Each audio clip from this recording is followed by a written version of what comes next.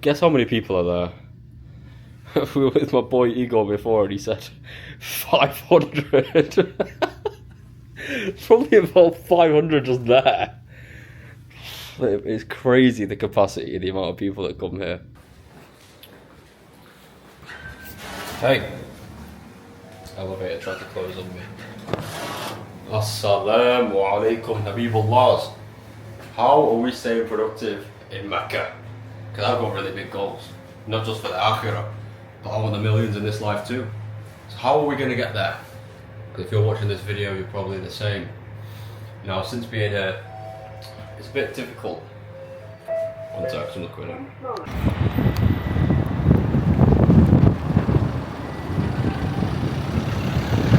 Always cut through this hotel to get to the masjid. And it's mad, Mecca's so different to Medina. Like Mecca, you come here, your heart gets broken, you pray to Allah for everything, you feel His power, you feel His presence. It's truly amazing. You can't really put it into words. But there's also like a lot of this flashy stuff. Like the hotels are really nice when you're close to the masjid and like Jabal Omar area, and like there's a lot of like business kind of. There's like little trade bits, convention centres, all that kind of good stuff. So like this hotel, I love walking through it. I'm staying in the one opposite the road. It's a Marriott. But this one, I'll show you.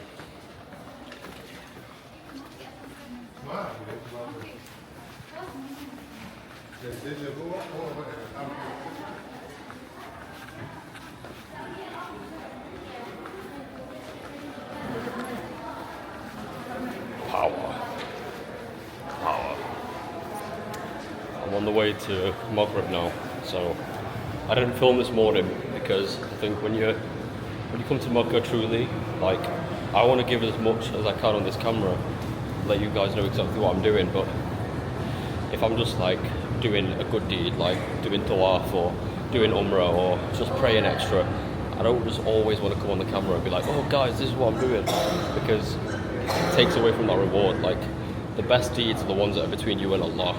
The best deeds are the ones where you do them in private. So once you come to these places, you truly understand like the meaning of fitting your day around Allah, fitting your day around your prayers. Because all I'm thinking about here is my prayer, my ibadah, my worship. Then I'm still able to come on here and make videos. I'm still able to respond to messages. I'm still able to pursue my goals. I'm still able to eat clean food or eat protein and get my steps in. And if there was a gym in my building, I'd be going to the gym.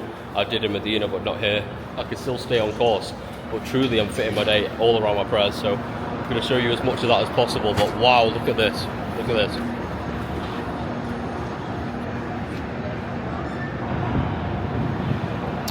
This is power. This is power.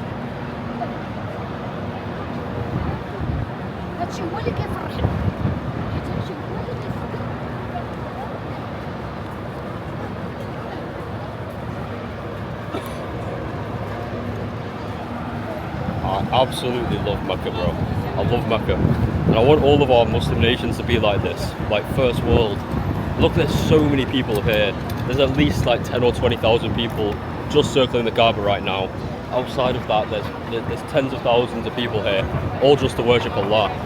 And all of the buildings, all of the everything around here is just beautiful and perfect. And it makes you realize what we're capable of as a nation when we're fully prioritizing our productivity, when we're fully prioritizing our relationship with Allah. Anything is possible. Now, it's going to be a bit noisy whilst I'm walking down here, so I'm going to Maghrib. I'll try to pick up the camera after, and then this evening I'm going to go back to the hotel and freshen up, and then I'm going to take you guys with me. I'm going to Jeddah for a wedding. I'll show a bit of that, but then mainly in this video I just want to show you how I'm still staying productive in my fitness, my mindset, my habits, everything, whilst prioritizing Allah being here. So I'll catch up with you guys shortly.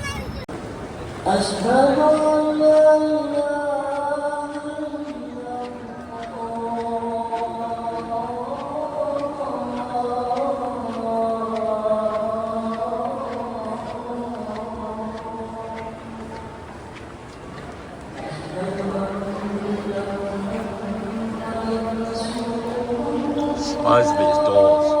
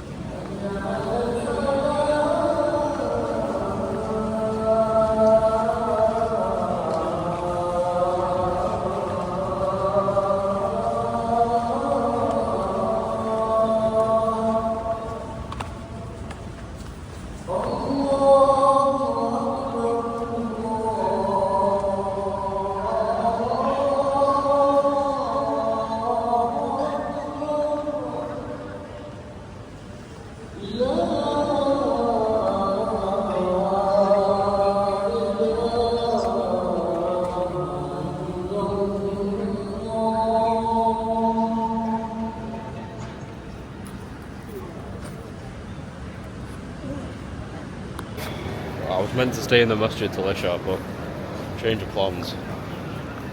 Because I need a dirk. I need to dirk it. So, one of the pros, when you guys are booking Mecca, Medina, if you've been before or if you haven't, you need to book a hotel that's close to the masjid. Even if it costs you more money, it's worth it. So worth it.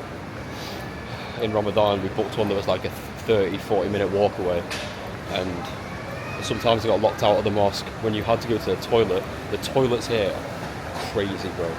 Crazy. Like that's probably the biggest luxury of having your own hotel close by. You could just run back to the toilet, it takes you 5 minutes, but here the toilets are like every smell from every country in the world. That is not okay. And to be honest, like the way that they manage it is amazing, because when you think about like in England, like Old Trafford, all of these places, they've got like 20,000 people at max capacity in their stadium, football stadium, and the smell in them toilets is disgusting.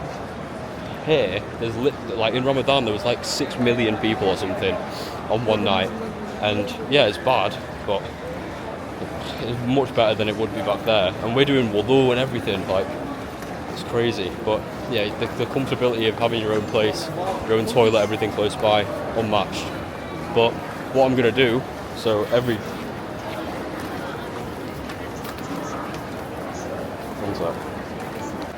night after Maghrib, I either listen to and recite along with, or I read Surah Waqia, because you recite after Maghrib, there's a hadith like helps you with your risk, helps you with your wealth. I didn't really understand why, but then I read the surah, and it basically just reaffirms that like everything that we want, Allah gives us. All the rain, all of our ways of life, Allah provides everything. So it's the same with our wealth, it's the same with our money. So every night after Maghrib I read this. It's a non-negotiable for me, and I've seen more growth in my life when I've done it. So it's these habits that keep me on course all the time, remind me where I'm going, remind me that Allah's the one who provides, and when you show Him you're doing that every day, putting your trust in Him, He always provides. So I'm going to listen to this. It takes about 10 minutes, get back to the hotel, blast out a little bit of work at the hotel, I'll upload a few videos, send some messages, then come back here for Isha, and then we'll be going to Jeddah, inshallah. Check this.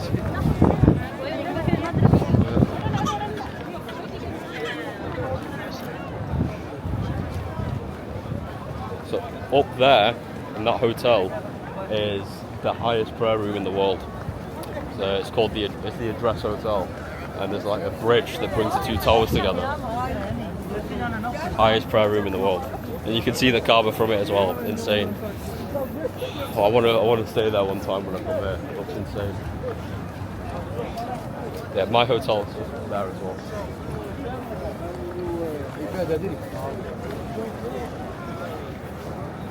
Look how many people, bro.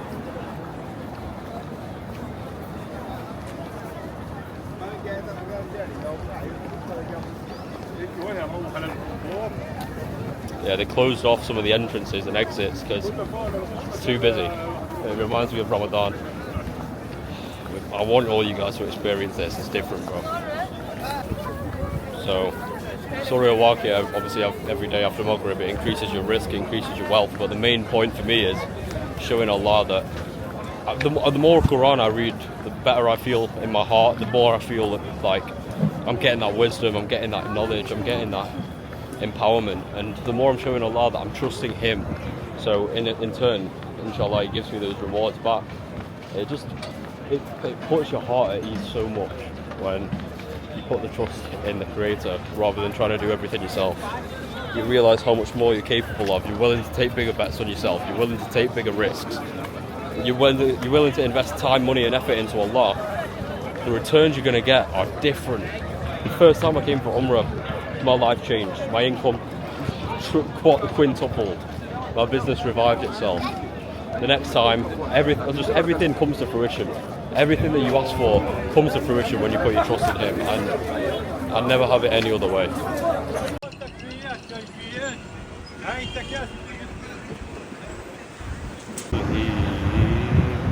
هذا نزلهم يوم الدين نحن خلقناكم فلولا تصدقون أفرأيتم ما تمنون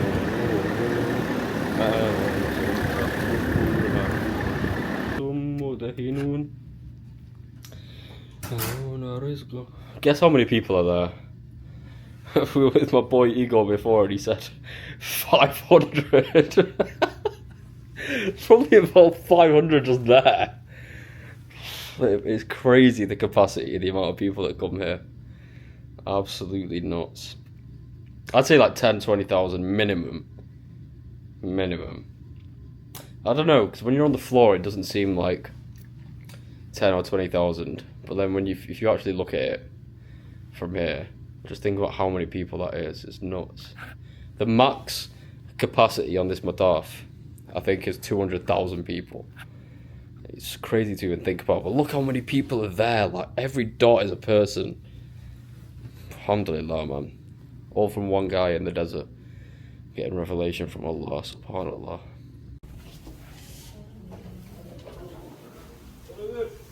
We got the scarf. Rio Rajal.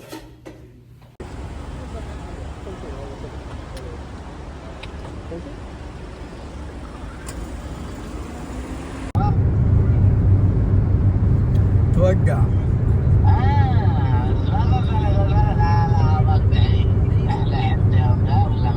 ما قلت لا ما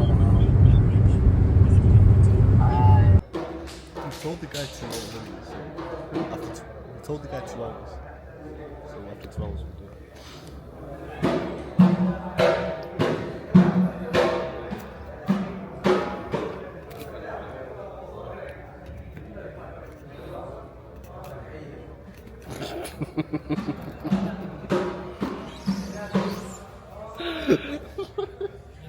Just 3 guys from northwest England,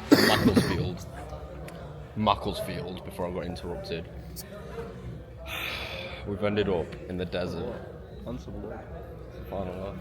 We ended up in the desert, Jeddah, because this guy's video editor is getting married. This guy's Polish. This is chocolate. Yes, please. No. نعم من فضلك. قهوة من فضلك. ماذا؟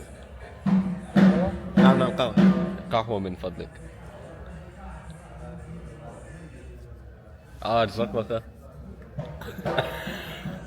This is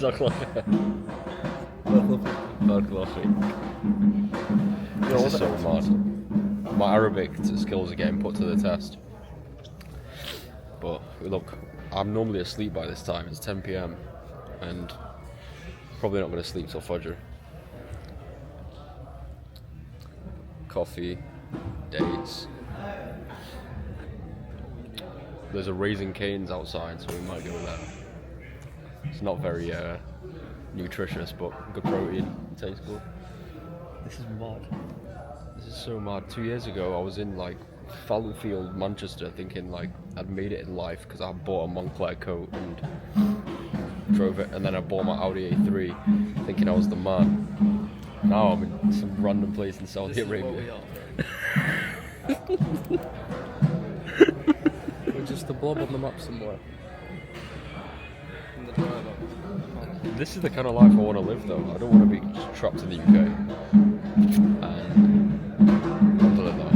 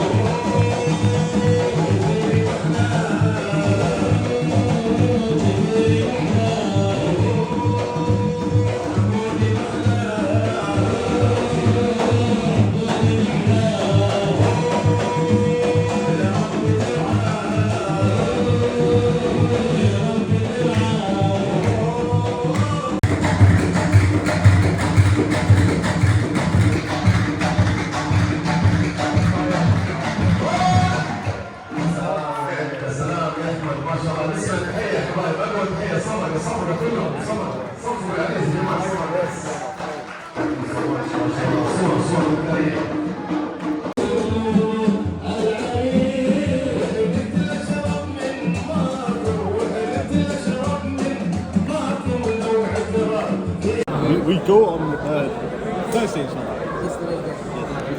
then come back to Ramadan. Bro, Jeddah's a vibe.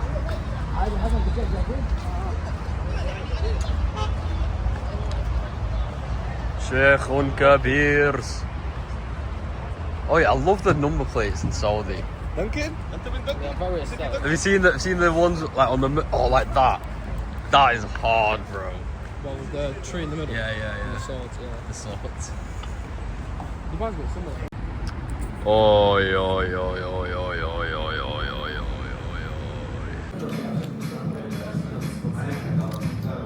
Oh, was that peanut butter? Or Lotus? Biscuit? Lotus. Oh, aye. Right, wedding over. We're at Raising Cane's. It's so funny when you come here, like, you're so American, then everyone here is just Arab. It's such like a pattern interrupt. But the last time I came to Raising Cane's was in Dubai. For you guys that have seen the rest of my videos, it was after I went for dinner with Victor, the Russian millionaire who made me rethink my whole life. I went for dinner with him, spent money on steak that he mostly ate, but I was just getting advice from him, so I just didn't want to eat. So then I walked around Dubai for a couple hours. He asked me some mind-boggling questions, made me feel like I was nothing, made me really rethink what I want out of life. So I wrote down a bunch of stuff on my note page, like, I want this, because he asked me to think about things bigger than money. Like, I was like, I want to get a Ferrari, I want to retire my parents. He's like, you'll get that. what do you actually want out of life? So, me pondering those questions taught me to Raising Cane's. Now, eating it again, I remember it very vividly. It's funny, like, in life, when you revisit certain places or taste certain things or have different like senses, you can always revisit certain memories and see how far you've come. Back then, my whole mindset was, I need to get rich, I need to get a Ferrari. Spent all my money renting a Ferrari, and then didn't make that money back for a long time. So now my mindset's a lot more conservative. And I know that I've got a bigger purpose now. My purpose is to serve others. Through becoming the best version of myself, I have more impact to spread to other people. Through becoming the best version of myself, I can make the change that I want in this world. I want the Muslims to be leading, world leading. And when you see places like Dubai, Saudi, these places are good. They're coming up, but there's still an extra touch that needs to be done to them. We need to stay firm on our morals. That's the mission I'm going on right now.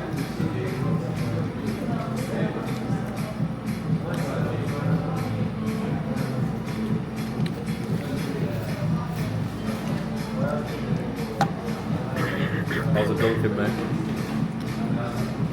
It's gonna be darking later. But yeah, it's not worth it. Not I'll worth tell it. you what, all the things that bring you happiness straight away, they end up doing you many disfavours very quickly. To that feeling. To be honest, this is why I'll always pick like chicken or fast food over like donuts. But at least it's protein at the end of the day. Bro, that gobster, I felt like it was boosting my test.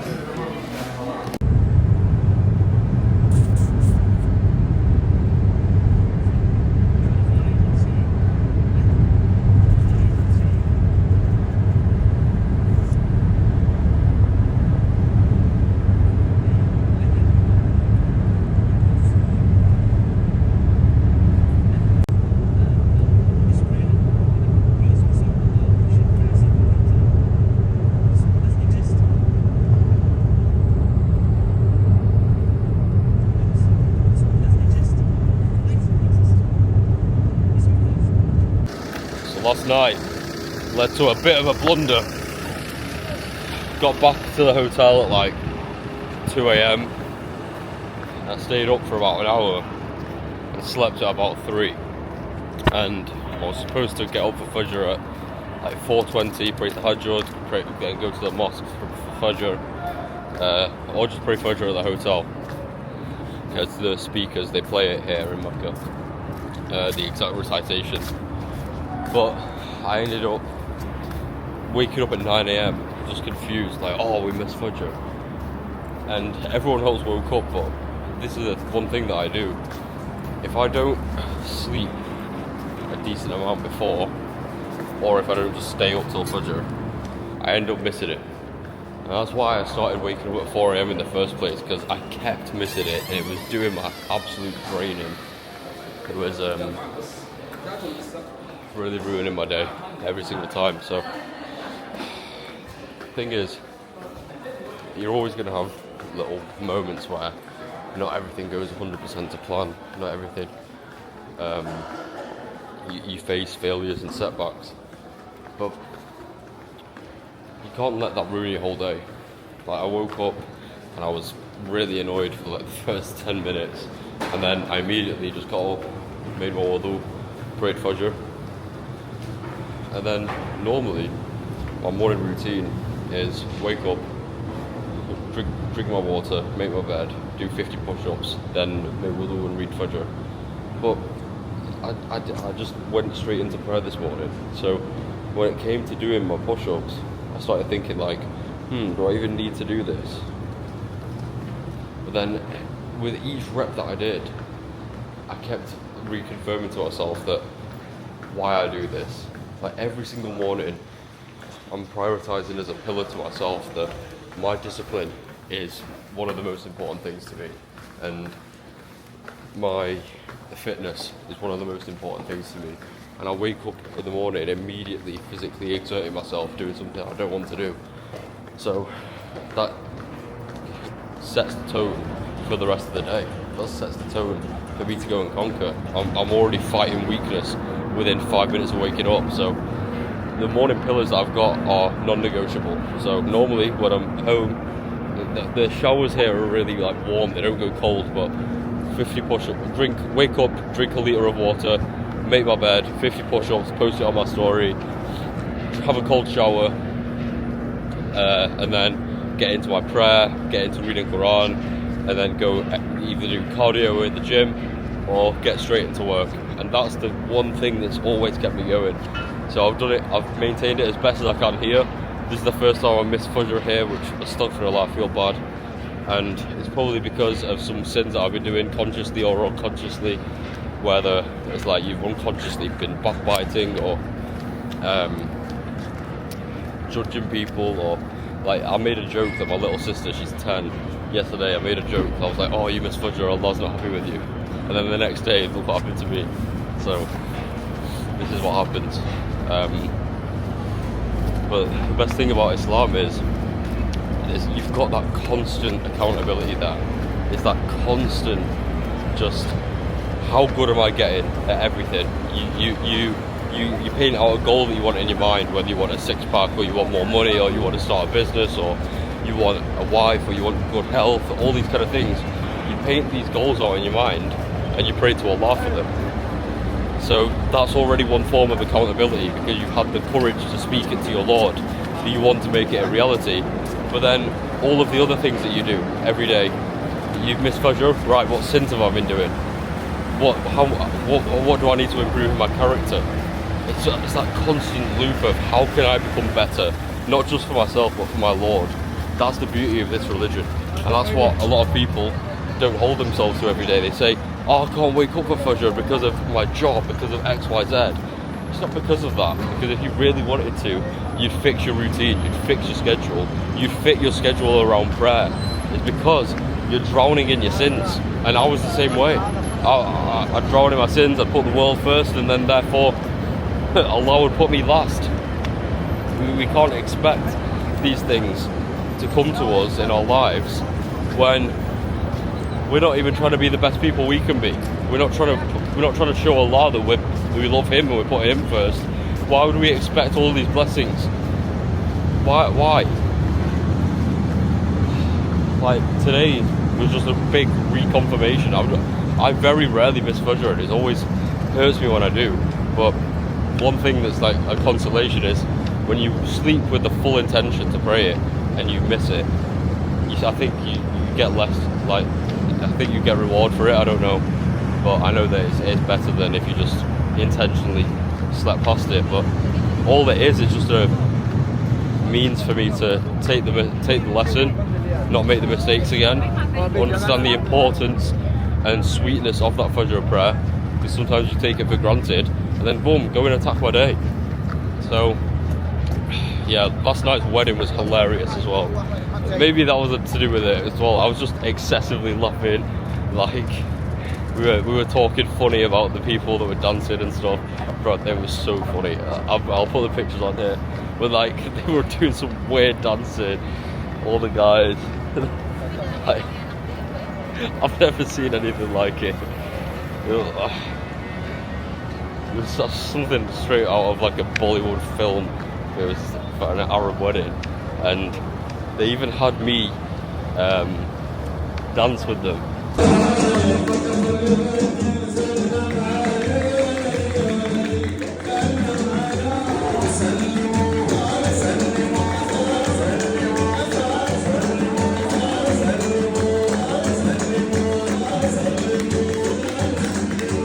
So like we were just avoiding the crowd, and then one of the Arab uncles comes and grabs my hand and yanked me into the circle.